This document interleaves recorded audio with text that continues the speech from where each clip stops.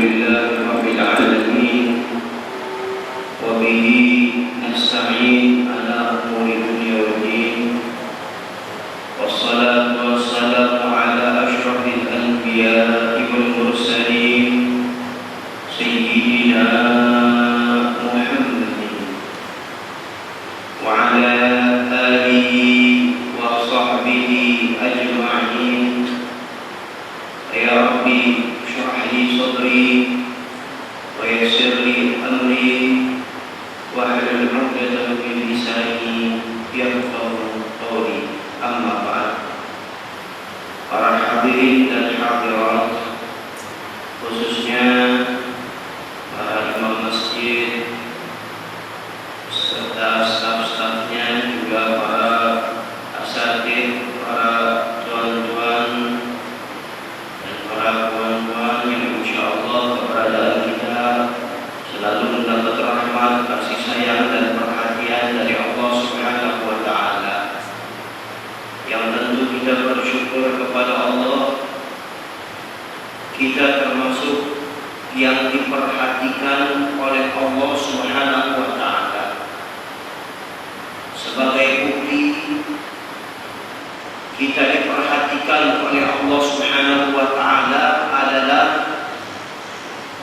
kita di sini bersama-sama di dalam mencari keridhaan Allah, untuk sama-sama saling nasihat, menasehati untuk dekat kepada Allah Subhanahu wa taala. Apabila Allah tidak menghendaki bagi kita kebaikan, maka Allah akan palingkan kita dari tempat mulia ke tempat yang hina. Maka bersyukur kepada Allah terhadap nikmat yang telah diberikannya, sehingga Allah muliakan kita bisa dapat berkumpul untuk mengingatkan kita kepada Allah, meningkatkan keimanan kita kepada Allah Subhanahu wa taala. Terlebih di bulan ini adalah bulan Rajab, bulan yang dimuliakan oleh Allah Subhanahu wa taala.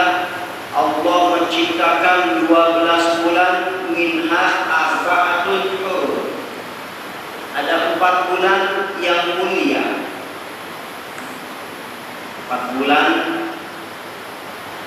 yaitu bulan Dzulqa'dah, Dzulhijjah, Muharram, dan yang satu yang terpisah adalah bulan Rajab. Yang bulan kita alhamdulillah dipanjangkan umur sehingga kita dapat masuk ke dalam bulan Rajab yang amal dilipat gandakan oleh Allah dengan 30 kali lipat. Bulan Rajab ini termasuk daripada bulan-bulan yang mulia, yang didahulu jangankan di zaman Islam, di zaman jahiliyah mereka orang yang bermusuhan. Misal seumpama ada orang yang membunuh keluarganya, maka dari keluarganya ini dendam, ingin membalas dendam. Namun ketika datang bulan Rajab, bulan mulia, mereka menghentikan dendam mereka, menunda sampai bulan berikutnya, karena mereka memuliakan bulan Rajab. Apalagi dalam Islam, maka kemuliaan bulan Rajab ini selalu dihidupkan oleh umat-umat Islam dengan memperbanyak ibadah, khususnya lagi memperbanyak istighfar kepada Allah Subhanahu wa taala.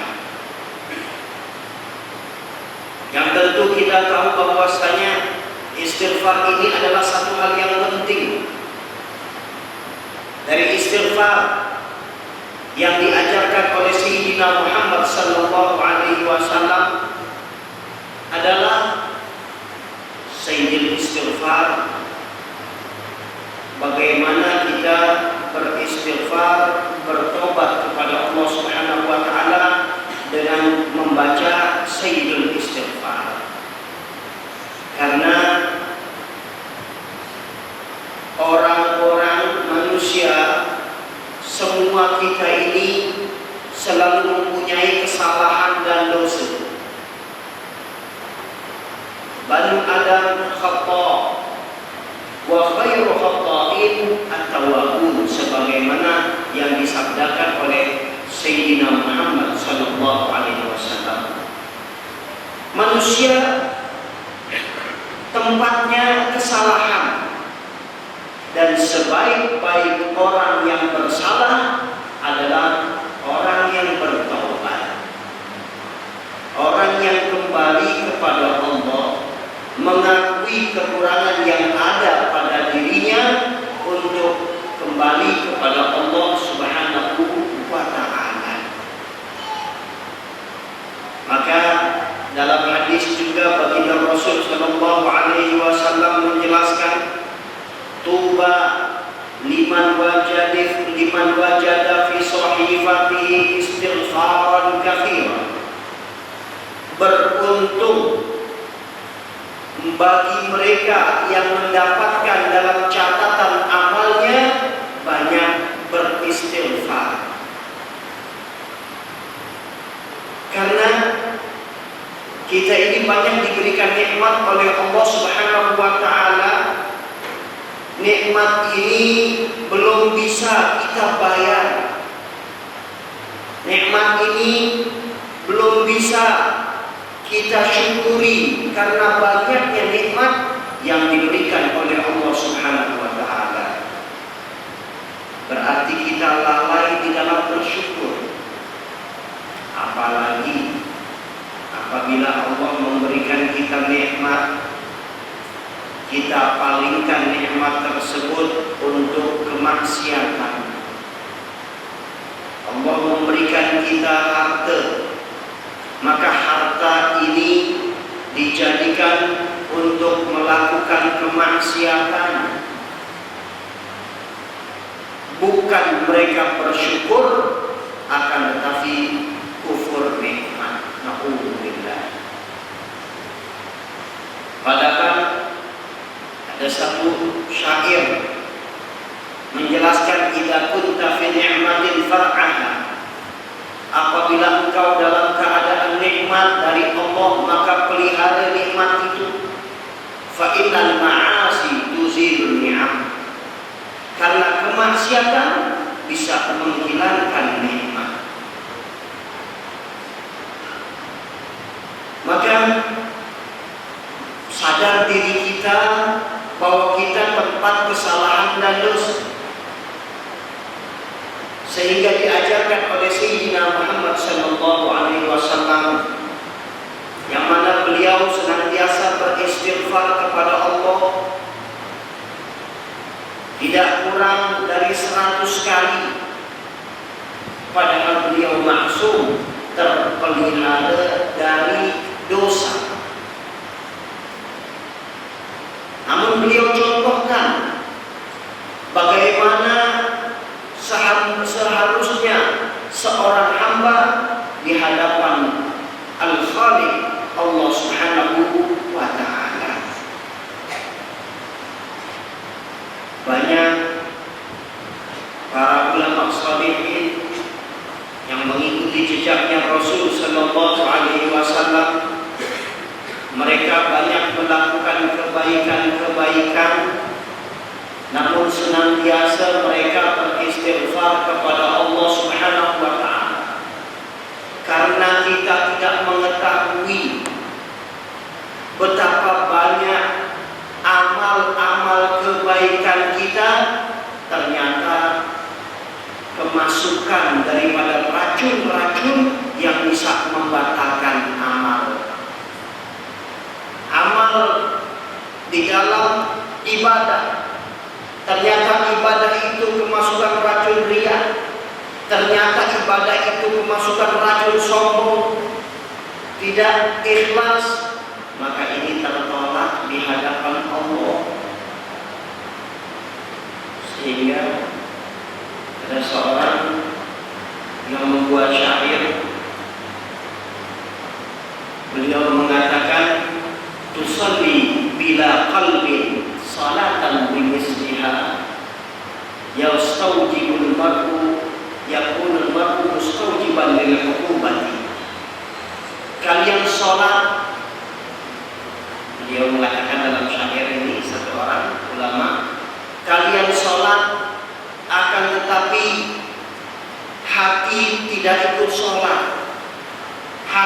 tidak hadir. Salatan bimisliha yakunu mustawjiban lil 'uqubati. Salat yang seperti ini berhak untuk mendapat siksaan. Dunubuka fi ta'ati wa hiya katsiratun. Yakfika an kulli insan. Dosa kamu di dalam melakukan taat saja sudah banyak. Apabila dikumpulkan dosa di dalam melakukan taat, dalam melakukan kebaikan, maka ini saja sudah cukup untuk menjerumuskan manusia ke dalam api neraka. Apalagi waktu-waktu yang kita lalui dengan kosong, kemudian kita tidak bersyukur kepada Allah, bahkan melakukan kemaksiatan. Pantas kalau Sayyidatina Rabi'ah Al-Adawiyah, seorang wanita yang salehah, yang rajin dalam ibadah sehingga Allah berikan kemuliaan. Pernah diceritakan seorang wanita yang salehah ini, Rabi'ah Al-Adawiyah, ada maling masuk ke rumahnya.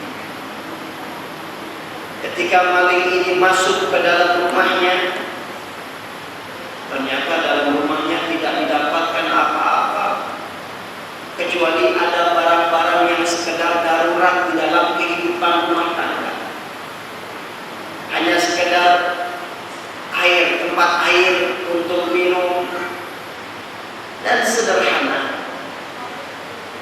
Akhirnya maling ini mengambil daripada barang-barang, kemudian ketika ingin keluar, subhanallah, ini maling tidak menemukan pintu untuk keluar. Ketika diletakkan barang tersebut, maka ini maling melihat, oh itu pintu. Maka ada niat kembali untuk mengambil barangnya. Akhirnya ketika diambil barangnya, diangkat, tidak lagi terlihat pintu. Ini satu kemuliaan yang Allah berikan kepada wanita yang salehah, yang mempunyai kejujuran di dalam ibadah kepada Allah Subhanahu wa taala. Sayyidatina Rabi'ah Al-Adawiyah, seorang wanita yang salehah, yang banyak melakukan sholat, sampai-sampai pada waktu itu raja atau bangsawan-bangsawan ingin melamar beliau, namun beliau tidak sanggup untuk menggabungkan kecintaan manusia dengan kecintaan Allah Subhanahu wa taala. Hati beliau telah dipenuhi dengan kecintaan kepada Allah, maka beliau tidak sanggup untuk masuk ke dalam cinta manusia. Beliau, Sayyidatina Rabi'ah Al-Adawiyah, pernah beliau mengatakan, istighfaruna tahtaj ila istighfar. Istighfar yang kita lakukan pun, istighfar ibadah, taubat, ucapan, ikrar yang menunjukkan taubatnya seorang hamba, maka beliau mengatakan istighfar kita perlu diistighfarkan kembali. Karena berapa banyak istighfar tanpa ada penyesalan, lisan kita mengatakan astagfirullah, hati kita tidak ada penyesalan, padahal kita berhadapan dengan Allah Subhanahu wa taala. Padahal Allah Subhanahu wa taala selalu melihat kepada kita. Allah Subhanahu wa taala selalu memperhatikan gerak-gerik kita, memperhatikan apa yang ada dalam hati kita.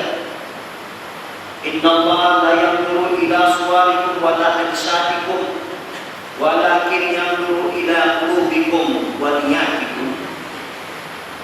Sayyidina Muhammad sallallahu alaihi wasallam menjelaskan bahwasanya Allah Subhanahu wa taala tidak melihat kepada bentuk jasad seseorang manusia,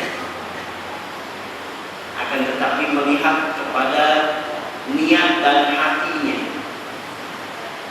Berapa banyak istighfar yang kita lakukan, mulut beristighfar,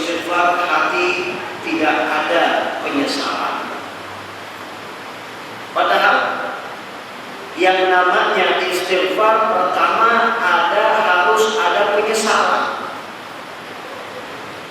Seseorang yang melakukan kesalahan kemudian dia menyesal, an-nadam wa taubah. Penyesalan itu merupakan taubat kepada Allah Subhanahu wa taala. Awal daripada taubat adanya penyesalan. Menyesalkan diri terhadap kesalahan, menyesal terhadap kekurangan, menyesal terhadap kemaksiatan. Yang pertama adalah penyesalan. Ketika seseorang telah menyesal di dalam melakukan kesalahan, maka orang ini berarti telah membuka pintu daripada pintu taubatnya Allah Subhanahu wa taala. Karena dikatakan siapa orang yang menyesal terhadap kelakuan buruknya, maka dia telah mendekatkan diri ke surga 70 tahun dekatnya. Jadi yang penting pertama adalah penyesalan. Karena sebagaimana dikatakan al-aqil idza akhta ta'yata'assaf. Orang yang berakal apabila dia melakukan kesalahan maka dia menyesal. Menyesal, oh iya aku salah, aku lemah, mengakui keadaan kelemahan dirinya.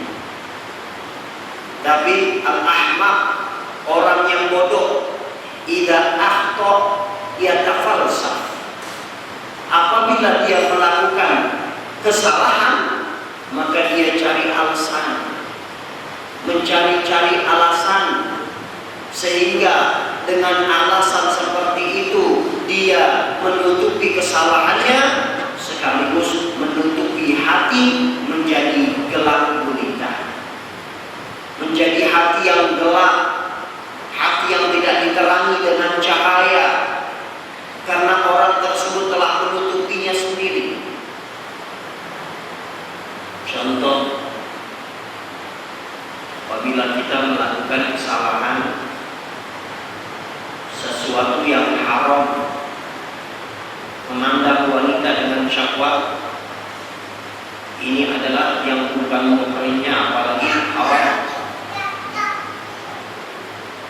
Orang yang berakal mengakui kelemahannya apabila melakukan kesalahan itu, maka ya Rabb, ya Allah, aku akui kesalahanku, aku tobat, aku menyesal, aku tidak senang dengan kemaksiatan yang ada pada diriku. Ini orang yang berakal. Sebagaimana yang dikatakan oleh Imam Syafi'i, wa akrahu man fi bid'atihi ma'asi wa in kuntu sawiyan fil bid'ah. Dan aku benci kepada orang yang melakukan kemaksiatan walaupun, ini tawadhu dari Imam Syafi'i, walaupun aku melakukan kemaksiatan tersebut. Tetap pada prinsipnya beliau tidak senang, tidak bisa, tidak sanggup.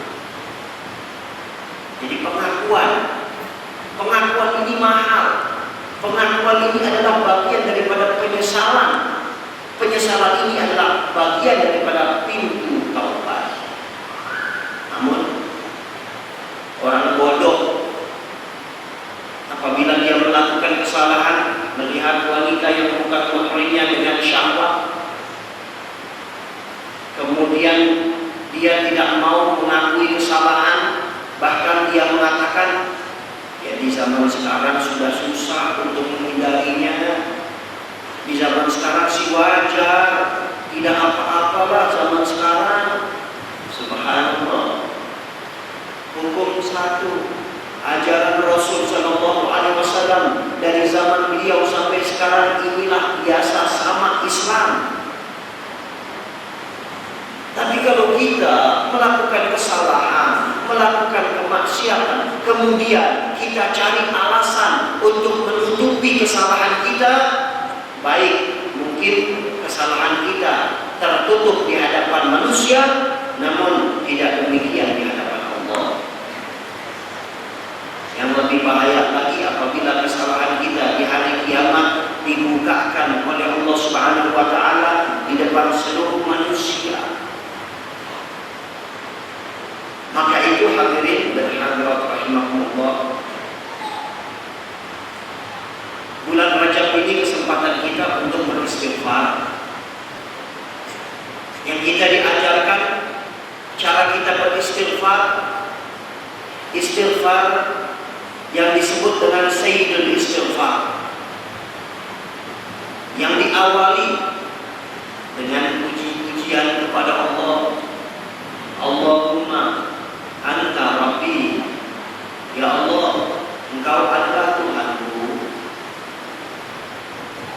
Pengakuan seorang hamba kepada penciptanya,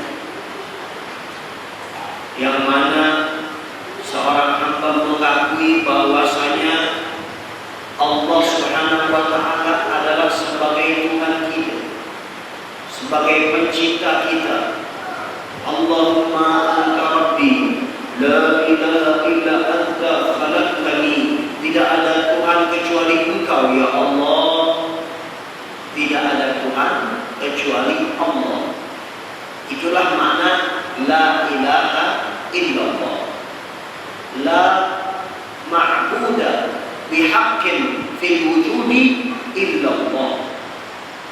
Tidak ada hal yang patut disembah, tidak ada Tuhan yang sebenar-benarnya Tuhan. Karena di zaman sekarang banyak manusia menjadikan makhluk sebagai Tuhan. Matahari dianggapnya Tuhan, padahal makhluk. Ada sapi dianggap sebagai Tuhan, padahal makhluk. Patung dianggap Tuhan, padahal makhluk. Nabi Isa dianggap Tuhan, padahal makhluk. Maka ucapan kita la ilaha, tidak ada Tuhan yang benar-benar Tuhan illallah, kecuali Tuhan Allah Subhanahu wa ta'ala. Inilah yang paling benar. Tuhan kita yaitu yang asli, yang patut disembah, Allah Subhanahu wa ta'ala. Jadi sebelum bertaubat, terlebih dahulu memuji kepada Allah, la ilaha illa anta, la ma'budu bihaqqin, tidak ada yang disembah dengan sebenar-benarnya illallah, kecuali Allah. La ilaha illa anta khalaqtani, tidak ada Tuhan kecuali Engkau yang menciptakan aku ya Rabb, Engkau yang menciptakan aku ya Allah. La ilaha illa anta khalaqtani wa ana 'abduka, dan aku adalah hamba-Mu. Aku adalah hamba-Mu ya Allah. Di sini pengakuan. Sebelum kita meminta kepada Allah, terlebih dahulu kita mengakui bahwasanya diri kita adalah hamba Allah.